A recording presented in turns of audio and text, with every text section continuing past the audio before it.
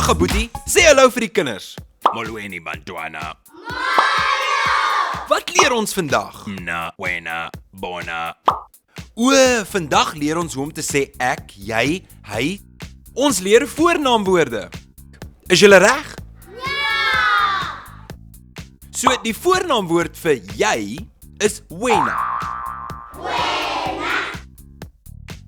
En die voornaamwoord vir ek is mna. Die voornaamwoord vir sy is jena. Die voornaamwoord vir hy is ook jena.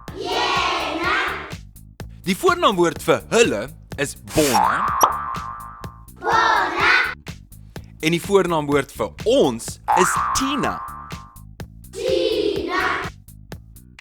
Kom ons gebruik nou hierdie voornaamwoorde in sinne. Hoe sê 'n mens ek praat? Mna, diateta. Bla bla bla bla bla bla bla bla. Nou hoe sê 'n mens hy praat? Jena, uyateta.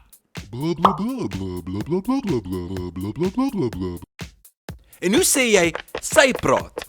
Jena, uyateta. Bla bla bla bla bla bla bla bla. Okay, stop vir 'n sekond. Laat ek vinnig verduidelik. Jena is die voornaamwoord vir hy en sy.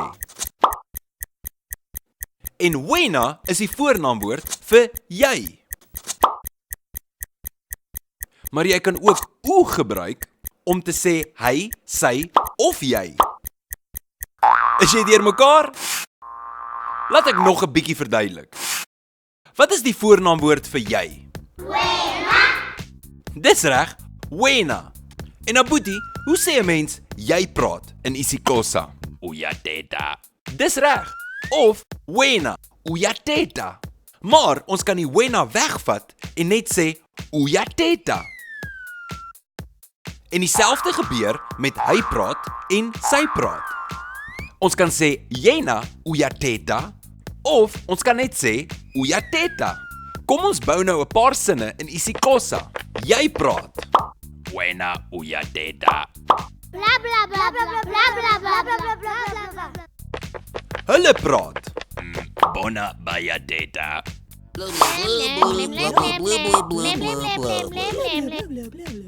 Ons praat. Tina, siateta.